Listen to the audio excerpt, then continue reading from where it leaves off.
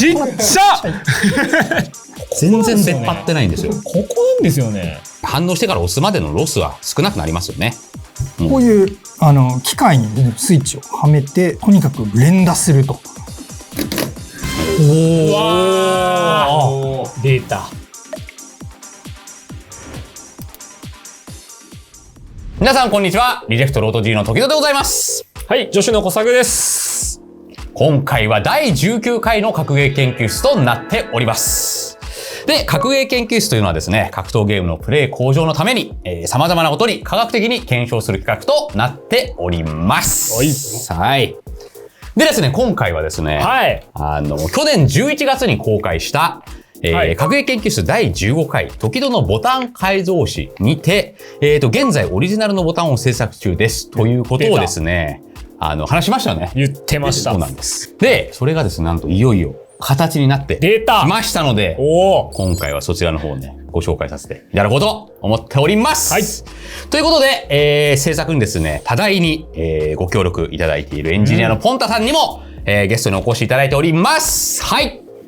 はい、こんにちは、ポンタと申します。アケコンメンテとか改造とかやらせていただいている、アケコンおじでございます。さっきご紹介いただいた通り、僕が一緒に協力してやらせていただいてるんですけども、その他にもですね、IKD ファクトリーさんの中の人の方ともですね、協力しながら、開発して、作っておるというところでございます。よろしくお願いします。はい。現在もベータ立ちされてますけど。見ていただいてますからね。はい。というわけでですね、今回はポンタさんの解説を交えつつ、この新しいボタンが従来のボタンと比べてどのように違うのかということを、紹介させていただければなと思いますので、よろしくお願いいたします。では早速ご紹介しましょう。こちらがオリジナルボタンのワンフレームでございます。薄い。アップになってる？なってんじゃないですか。いいっすか？これね、見てください。これ横がすごい薄い。平べったい。うん、平べったいっすよね。こちらね、現在僕使っているのですが、率直な感想といたしましては、早い。押すまでが早くて離すまでも早いっていうのが、最大の特徴なのかなと、思います。特徴その1。普通のボタンに使われているキースイッチではなく、マウスなどに使われているですね、マイクロスイッチというのを、使っておりますと。この音。いや、そうなんですよ。そうなんです。これね、全格ゲーマーが左手の音鳴らしてるのに、時々さんだけ右手の音鳴ってるんですこれはですね、マイクロスイッチの特徴で、はい、こちらが、詳細はソーストローク 0.5mm、アクチュエーションポイント 0.3mm、そしてリセットポイント 0.2mm の、ものを使っております。参考までに、以前使っていたチェリー MX のロープロファイルの銀軸。こちらソーストローク 3.2mm で、アクチュエーションポイントまでは 1.0mm だったので、それに比べるとですね、反応してから押すまでのロスは少なくなりますよね。早く反応して、早く、離すこともできるというのが最大の特徴かなと思います。あとこのね、押した感じもですね、普通のキースイッチとは異なりまして、カチッってなるんで、押した感は非常に得られる。スイッチ自体はマウスとかにも使われているスイッチなんですね。なので多分押し心地をイメージしていただくのは、そのマウスのクリックした感覚にかなり近いかなというところでございますね。はい。中ってどんな感じの構造になってるんですか？はい。こちらにですね。うわ、ちっちゃ。そうですね。この青いのがマイクロスイッチと。ここが実際に押されてる部分ってことですか？ここが押されてる。そこちっちゃい。ちっちゃでスイッチ全体がこの青い箱みたいなやつですね。はい。こんだけストローク攻めてると、それこそ押しっぱなしになっちゃったりとか、ちょっとした衝撃で、ボタン入力されちゃう。チャタリングするみたいなのは結構不安になるかと思いきや、こちら確か構造でそこはうまく対策しているという。そうなんですよ。キーボードのスイッチでいうところで言うとクリッキーというやつですね。そうですね。青軸。そうですね。青はクリッキーなのかな。これも青だ。これ？お前舐めてんのか。お、なんですか？クリックオンしとるかな。ゲーマーフィンガーのチェリー MX 青軸です。はい。あれだけ当てれたっていう。そうですね。で、ある程度までいかないとちゃんとパチンと降りないんだ。だから軽い力でポンって触ってもそれ以上にいかないので、スイッチが落ちないみたいな構造を取ってるスイッチになりますね。なるほど。60でしたっけ？65？大体60。60ぐらい。データだと大体しっかりしてるんですね、じゃあ意外と。重くは重めですね。だからこそ誤爆しない。僕ね、押した状態にしてるんですよ。常に触ってる状態で、はい、やってるんですけど、誤爆っていうのはないっすかね。弱パンをしたのに中パンが出るみたいなことはもちろん。それはないです。はい。で、こちら、はい、なんと特許お中でございます。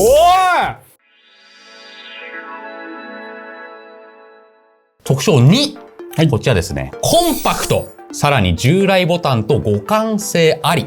マジか。なんです。24ミリ。はい。のボタンの穴が開いてれば、そこに差し込めば、従来の形で使うことができると。これ自体は結構見慣れた形というか、そうですね。してますもんね。はい、で、こちらですね、ボタンのこの縁、ベゼルっていうんですか、ベゼルの部分が小さくなってるので、よりボタンを密集させることができるんです。はいはいはい、これ大事っすね。寄せられる。大事。やっぱオリジナルカスタマイズ勢が結構いるじゃないですか。ボタン選ばないと付けられないスペースの人とかいるんですよね。なるほどね。結構。そう、縁が大きすぎるともう入らんみたいなことが結構あるので。だからこれスライド入力とかする際は、もうすぐ隣、本当に近い位置にある方が、スライド入力がやりやすいっていう利点は。確かに。で、これスライド入力で言うと、このですね、高さが、これ出っ張ってる部分が、そう。全然出っ張ってないんですよ。ここなんですよね。だからこの機構もスライド入力やりやすいと思う。やりやすい。こうだ、ボコボコしてると、行って、戻って。わかるわかるわかる。あるある。ガッてなったりするやつ。そう。そして、こちらのボタンなんですが、すでに対衝撃テスト済み。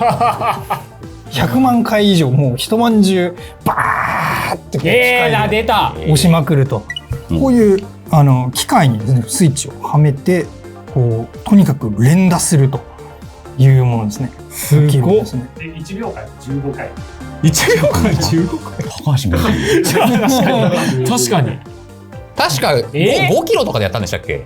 そうですね、5キロぐらいで。しかもその押し込む深さも実際のストローク以上の深さでやくように。うわギュッてより押すみたいな。実際結構やっぱりみんなそんなに丁寧には扱わないですからね。ねえ。大パンまではいかないけど、やっぱそのギュッて押すときにさ強く反応したいから早くね。そうですね。あとなんかふと倒しちゃったとか結構あるじゃないですか。ある。立てかけておいて倒れちゃったみたいなね。そういうのに強いっていうのはなんか本当安心感あります。そう、いざね、大会とかって持ち運びがあったりさ、それによって預けたりするじゃん。そこでさ、あの人たちがさ、トランクパーン投げたりするから結構ね。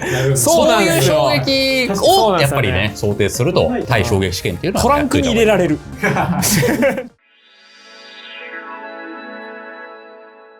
それでは実際にこちらのボタンを助手に使ってもらおうと思います。はい。これ前からめっちゃ羨ましくて本当に。これね、いやそうなんですよ。まず本当にわかります。この薄さなんですけど、わかる？この一般的なボタンが1個だけついてるんですけど、わかりますか？この感じ。全然違う。この薄さなのに、まず一番いいのは、先ほども言いましたけど、めっちゃ押した感覚がある。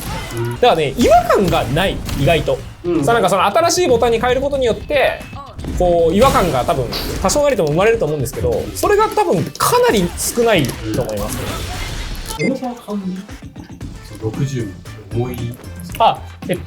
それはなんか押そうと思わないと押せないなっていうのは明確にありますね、結構。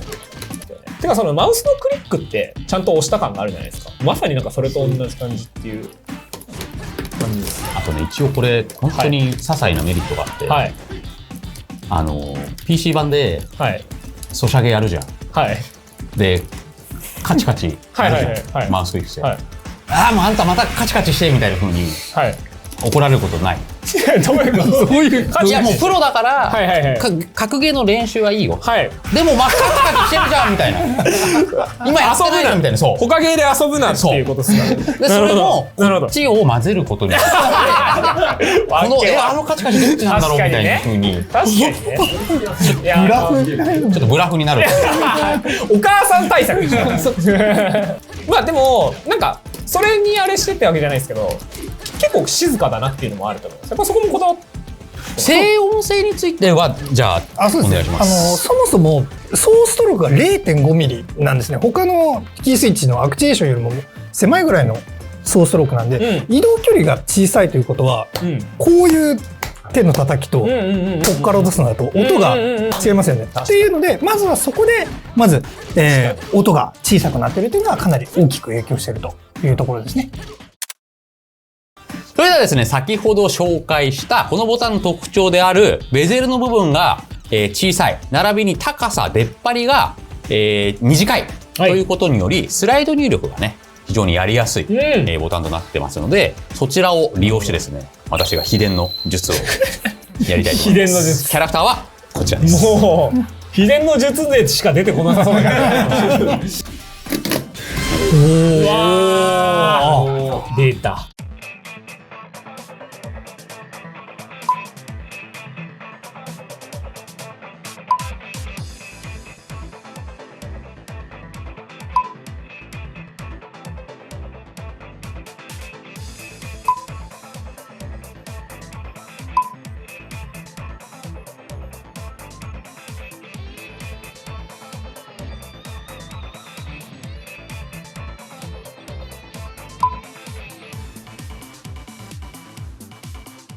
出た。もちろん、こんぐらいの距離ではいガッていくじゃん。はい。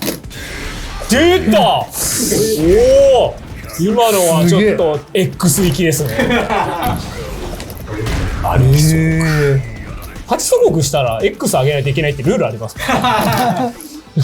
まあこれね、習得するまでにはい結構慣れが必要だと思うんそうですけど、ですね。まあ一応その普通のレバーレスのボタンでもできると思うんですけど、はいこちらはね、スライド入力を非常にやりやすいボタンになってるんで、こういうのもやりやすいんじゃないかなるほどと。思います。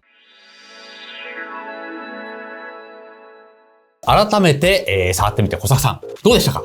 いやーもうなんかなんていうんですかね、やっぱね、まず第一に押し心地が気持ちいいのがそのプレイヤーとしてというか、なんか遊んでいていいところだなと思う。それでまあもちろん性能はもう素晴らしいわけじゃないですか。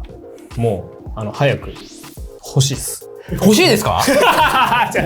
欲しい。どうやったら手に入れられるんだろうな。そんな小作さんに朗報がございます。こちらのワンフレームなんですけれども、はい今年の秋に一般発売を予定しております。マジか。頑張ります。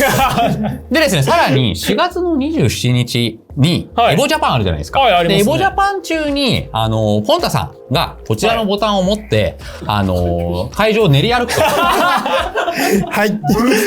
なるほどね。なので、練り歩きだ。練り歩きで、なのでああお声掛けしていただければ、ボタンに触っていただくことができますので、エボジャパンご来場予定ある方はこちらので、興味ある方は、ポンタさんの方に、声をかけていやー触らせてくださいと。